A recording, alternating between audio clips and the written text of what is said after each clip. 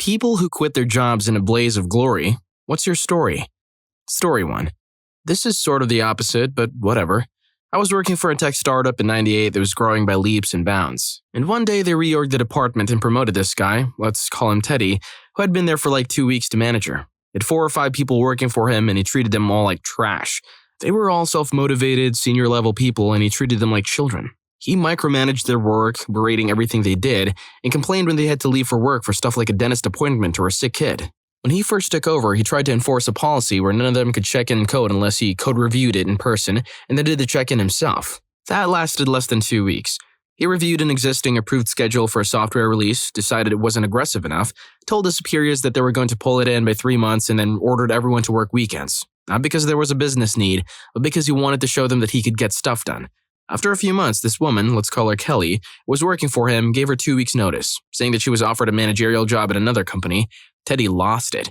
You could hear him screaming through the walls of his office, then as she walked out of the office and he followed her to the exit, shouting at her the whole time, "You're worthless, Kelly. You're going to fail. Don't come crawling back looking for a job. I'm glad to see you go. Now I can hire someone with real skills," etc.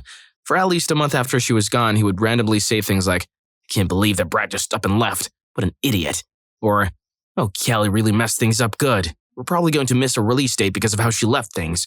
HR sat down privately with a guy to talk things over, and then he started complaining about HR. "They're covering them so they don't get sued. They don't give a crap about good company men like me." A few months later, our company was acquired, and we went to the welcome meeting that the other company had set up. Their CTO and the VP of development spent about a half hour each talking about strategic vision, how the changes would affect us, the usual stuff, and then the VP said, "But there will be at least one familiar face to help with the transition. I think most of you know Kelly Johnson. She used to work here. She'll be the senior manager in charge of the products team moving forward." So, everyone looked back at Teddy, who was white as a sheet and looked like he was about to have a heart attack. He was gone within a month. This literally gave me the biggest Justice Chubby I've ever had. Story 2. Growing up in a small town, the guy that umpires all the Little League games was a great umpire, but he had some issues upstairs, like he was somewhere on the autism scale. But like folks with some form of autism, he could pick one thing and focus on it and be good. His thing was baseball. Anyhow, at the end of the Little League season, the coaches wanted to have a tournament with all the teams in town. I think there were like 6 teams. That hadn't been planned because the city didn't budget for it, so everyone pitched in to get the fields ready, and the umpire was more than happy to volunteer to ump the games. Anyhow, being that this was now some arbitrary tournament, some parents started giving the umpire a hard time. And by the time it got to the championship game, one guy in particular was ruthless. So finally the umpire had enough, threw off his mask, and lost his mind on the dude going, "Screw you! I've had enough of your crap. You want to have an umpire this game? Do it yourself." And on for a couple of minutes, then he got on his bike and rode away. Another parent who played college baseball stepped into umpire, and the idiot parent was told to get the heck out. The sad thing is, the original umpire never worked for the recreation department again. Like the one thing this dude could do normally was taken away from him.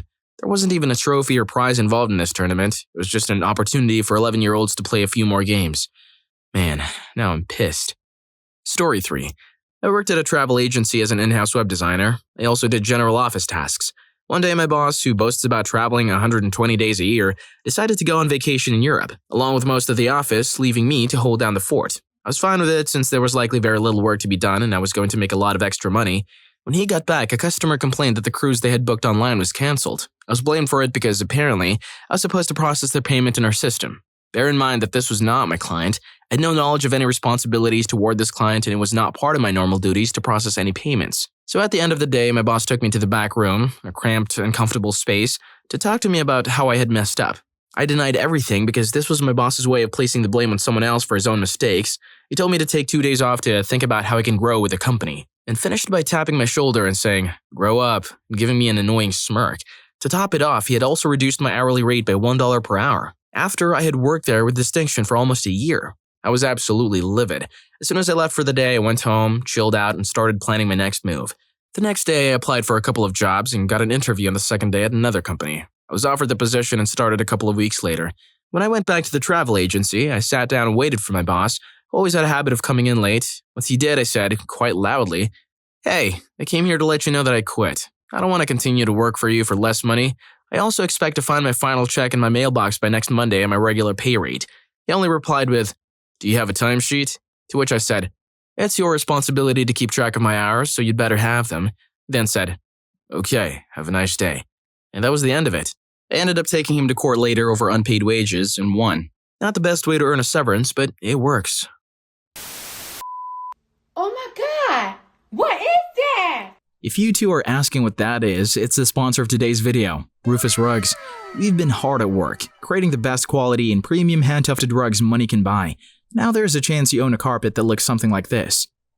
Let's just be real, it's time for an upgrade. And luckily for you, me and the boys from Rufus Rugs are at your service. We don't make those average cheap quality looking rugs. Nope, not gonna happen. Each one is handcrafted to perfection. No shortcuts, no robot assembly lines, and no dropshipping BS. Just pure rug grind. Whether you love anime, sports, cars, or anything else you can think of, we can turn it into a rug. So click the first link in the description and have your custom idea come to life. Story 4. Working in Wing's place just out of college as a cook. I started working there and everything is going okay except for the fact that I'm really underpaid. I was making minimum wage as one of 2 cooks in the restaurant. I worked there for a few months and the manager sat down to talk with me. We discussed a few things and I brought up the fact that I really deserve a raise. I was working 50 to 60 hours a week and the compensation based on my effort really wasn't evening out. He basically told me to go away and that cooks are a dime a dozen, so I told him I was disappointed with his retort. Times were tough for me at the time, so I bit my lip and just went back to work. The next few months were hell. The manager of the restaurant would openly put me down in front of the other employees and constantly berate me for asking for more money. He would put me on back-to-back opening and closing shifts and send people home on purpose so I would be the only one left to clean the kitchen at the end of the night. I was beginning to lose my chill with this job. So finally, Super Bowl Sunday rolls around, and for those unaware, this is a very, very busy day for restaurants that make wings. I get to work and everyone is already pissed. I ask what's up and they tell me the other cook didn't show up and nothing is prepped for the day. I roll up my sleeves and start working. We got everything set and I start making wings for the orders. I'm working my butt off and my manager comes up to me and starts giving me the same treatment. The phones are ringing like crazy and honestly there are more orders than the restaurant can handle. It's freaking chaos. Then some of the manager's friends, not employees, come into the kitchen and start messing with all my stuff. Moving things, disorganizing stuff, sitting on my prep counters. I tell them to get out and my manager storms in and lays into me. Tells me I'm a worthless piece of crap, I never do anything right, I'm not worth more than minimum wage and I never put in any extra effort. That was it. My brain just clicked and I stopped giving a crap about anything. I stood up straight and stretched out my arms wide, slowly took off my kitchen apron and removed my hat, stared dead in the manager's eyes and calmly but sternly said, "Have an enjoyable Super Bowl Sunday." I threw the apron and my hat in the fry oil basins, grabbed my bag, and walked past the rest of the employees whose mouths were hanging open and out the back to the ever-fading ring of phones ringing. Arrived at my home and met up with my roommates. I told them the story and we decided to order 200 wings and watch the game. The wings were undercooked and oversauced, but it was just the right amount of salty. Story 5. I needed a job. I was out of money for school. I, at the time, had about 5 years of trade experience. This was a few years ago when the Bakken was still going strong. I took a significant pay cut to get this job. It was in the Bakken. I was told that in 90 days I'd get a review and it'd be worth it. The housing they promised was awful. North Dakota was awful. I held out for 90 days to see this awesome raise, thinking the oil field, big money was coming. You're a great employee. We're very happy having you on board, etc. 75 cents. I thought about it, said screw this, I have some pride, scribbled a resignation letter that said, here's 75 cents worth of notice. I quit. Left it on the supervisor's desk and went home. I got a call the next day, but I ignored it. Get a text. Can't believe this is your notice. Yeah, they make a ton of cash out there. They can afford to pay people. Story 6. Interning at a tech startup. This was years ago when I was still eager, young, and was doing everything to prove myself. The culture was such surfer jerk bro, it was unbearable. Please note that this was in Manchester, England. How can you develop this wannabe San Fran attitude in a place that gets so much rain that at times you feel like collecting 2 of each animal just in case? They needed me to model some financial metrics or funding assumptions and promised me a bonus payment. I found out the bonus payment was just a prank, bro, through one of the few good dudes there. I had an offer from a bulge bracket bank to start in 2 months. So I made the model, no reason to screw over the few good dudes there. I password protected the whole sheet in Excel so you could only gain outputs, not change anything in the model, meaning they would have to redo the whole thing when I left. Screw them. People tell me that brute forcing an Excel password is very easy. I know that it caused them mild inconvenience, but more importantly, I hard-coded all the financing modeling, so it needs to be redone anyway. But frankly, despite its effectiveness, the spirit of my rebellion will never be extinguished. I fought the coder surfer wannabe jerks not so that I may bask in some ultimate victory, but because those who decide that they shall not keep it real must be fought in pure principle alone. Story 7. A couple of my best friends decided to get married in Scotland. We're American. It was quite an expensive trip, so I picked up a part-time job at a sandwich chain for about a year to save so my wife and I could attend.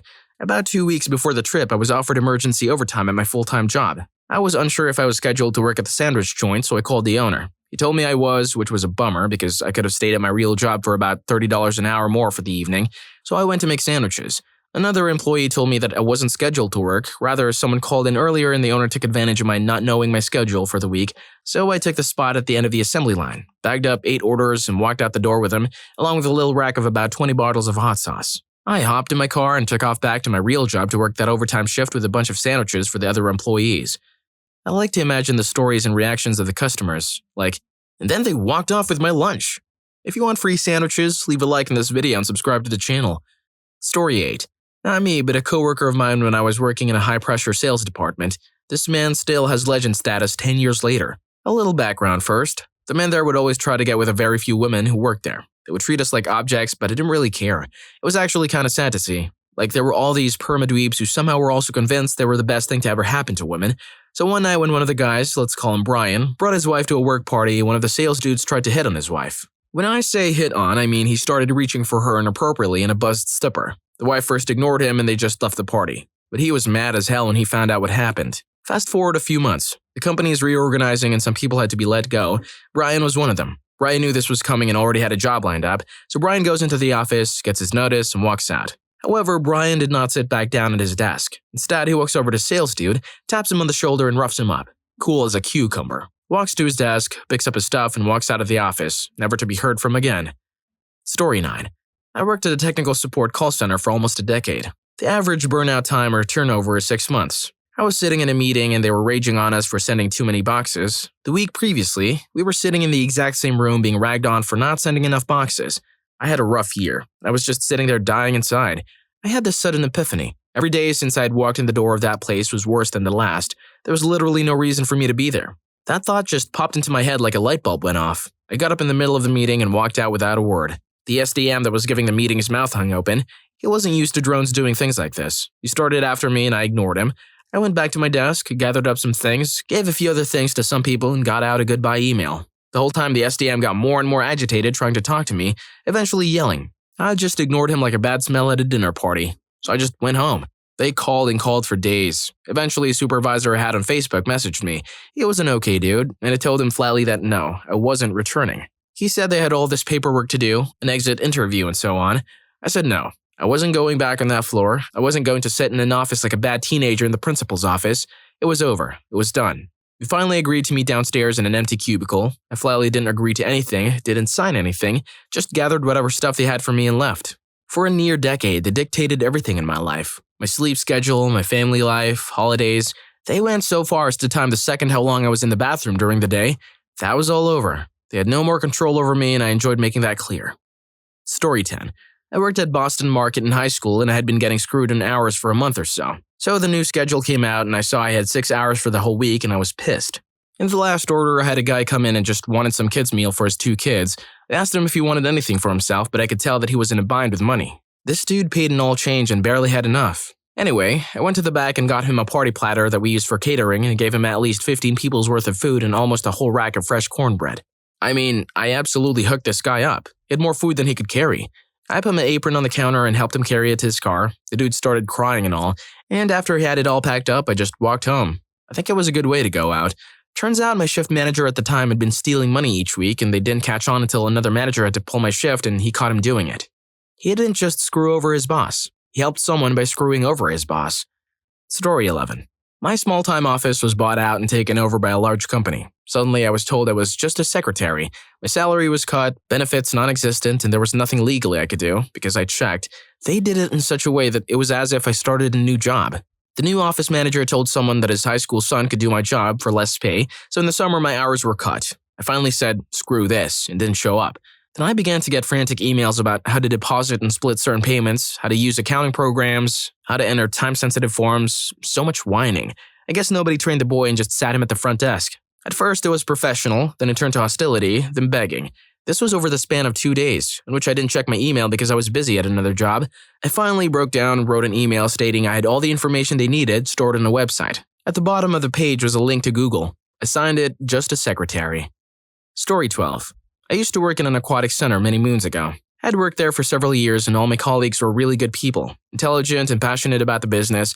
The company owner, however, took real liberties with his staff, paid less than minimum wage and pushed employees to work beyond the job description, whilst being a general arsehole to boot. One employee in particular had worked there for several years, worked harder than everyone, was made to do the owner's personal bidding like his washing and cleaning his car, etc., and was paid sweet F-all, which he used to support his ill mom who he lived with. Problem is, nobody ever spoke up against him as everyone needed their jobs. No matter how bad it was paid, it was better than nothing. The day I decided I was leaving, I prepared a hefty stack of legal papers and a note. The note effectively stated that, firstly, I was leaving my job, but secondly, here's a list of all the times he's underpaid staff illegally, overworked his staff, taken advantage of them, illegally paid cash in hand, avoided taxes, and generally been a trashy boss. I explained that he's gotten away with it this far, but it's only a matter of time until the staff that he treads on rise up against him and leave. I explained that it only takes one message from any member of staff to get him into a lot of trouble, but they haven't. I told him he needs to start taking care of his staff, treating them with respect and paying them a fair wage. I never heard back from the boss himself, but the following evening I got a call from one of the members of staff saying the boss came in that day, gave everyone a pay rise, increased holiday days, and personally thanked everyone for their hard work. Not exactly a blaze of glory, but I'm happy I managed to help those who stayed. Story 13. I worked at the Disney store, not run by Disney at this point, but the children's place, for about 6 months as a part-time manager when I was 23. It was a nightmare. Totally disorganized, full-time managers hated each other and sabotaged each other's performance, and mine, I found out later, when my sales were too good consistently, and the store manager was an alcoholic who would spend the first 3 hours of her shifts with me in the back room nursing a hangover. Another store offered me a similar position, paying slightly more, and I got to give the news in the middle of an informal review from the alcoholic manager. I gave 2 weeks because I'm nice like that, but knowing they were basically screwed because I was leaving just before the holidays. My last week on the job, I did whatever I wanted. Can't afford the light-up fairy wings for your granddaughter? Kid buying mom a present? Just a nice person treating me like a human being? Magic discount for you. I've never felt so good leaving a job. Gotta be honest, I've seen so much bad endings to the point where I expected this to end with a middle finger instead of a magic discount. I hope you enjoyed the video, and if you made it this far, I'm sure you'll also enjoy. What was the best "you have no power here" moment you have ever seen? Story 3 was awesome. See you in that video.